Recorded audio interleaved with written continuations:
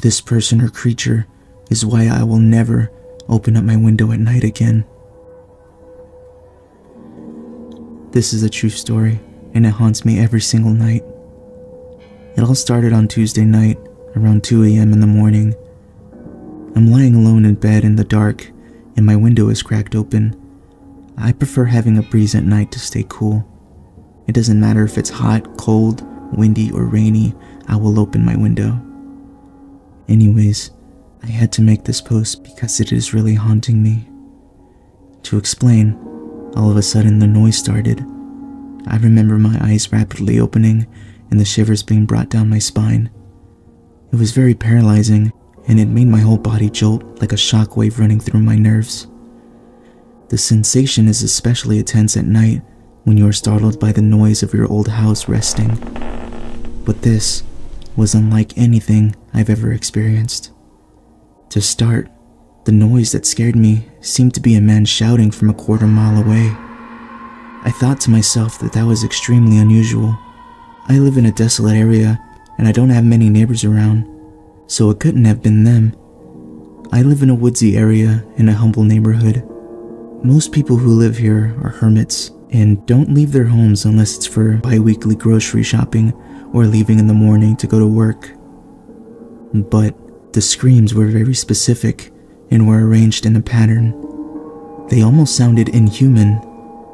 A loud but faint yell would sound about every 2 seconds, and the yells were unintelligible words that lasted for about 1 to 2 syllables.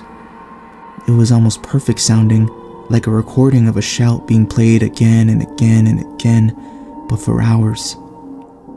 The dreadful sounds stayed in place for 3 hours of non-stop yelling, and the man never seemed to move locations except for when the noises slowly got further away, and that's when it seemed to stop. The sounds lasted from 2 a.m. to 5 a.m. I assume the man making the disturbance is in his early 30s. It haunts me to think of someone just standing in the forest, blatantly yelling words for 3 hours straight in the middle of the night. The sounds didn't appear like they were desperate, as if they were in need of any help. The only drastic thing would be if a bear mauled you to death, but no one is stupid enough to go out on a night like this. The shout sounded emotionless, and of course, very terrifying. I eventually was able to catch my breath and peek out the window. It wasn't the wind causing the noise, and most definitely wasn't a branch scraping my window like someone would try claiming in order to debunk me. But I was too afraid to go outside and investigate. I had to debate whether calling the police would be the right thing to do or not. I kept my ear close to the window for a few minutes, and I was starting to decrypt what he was saying. It sounded like it was in a different language, or a gibberish word being spoken, but it was very strange. I know I'm not crazy, and I know what I heard.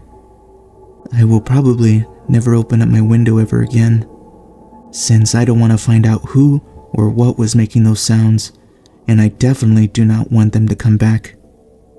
Does anyone know what this could be? I asked my neighbors if they heard anything, and only 1 out of the 4 claimed they did. We both don't know what that was.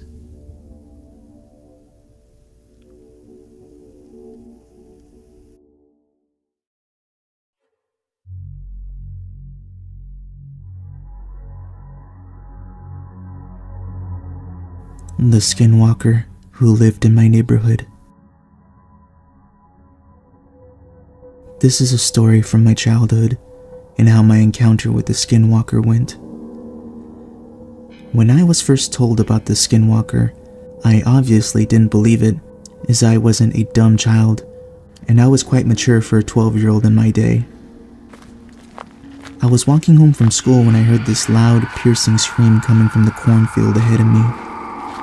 At first, I thought it was one of the crows, or goats even, but it started to scream for help, which scared me, as this was a very low crime area, or even a low accident area where there was no threats. I really didn't want to go that way, but it was the only way home, as I lived past the farm which my grandfather owned.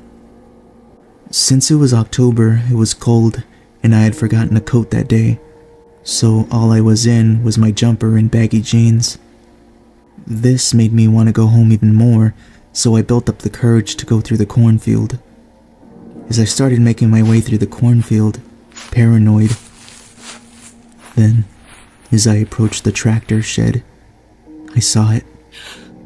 A long-limbed, thin-haired, pale-skinned man looking at me with his ripped clothes and rotting smile. Looking, staring into my soul.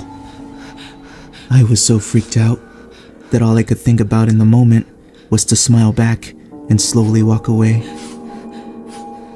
But he slowly crawled towards me every step I took. This caused me to start running, and it followed, starting to grunt and growl at me as it crawled toward me faster and more angrily. I luckily saw my grandfather and cried, screaming to him that I was being chased. He was immediately confused and worried and rushed to me, hugging me. Who knows what would have happened if it caught me? I still think about its smile, looking at me.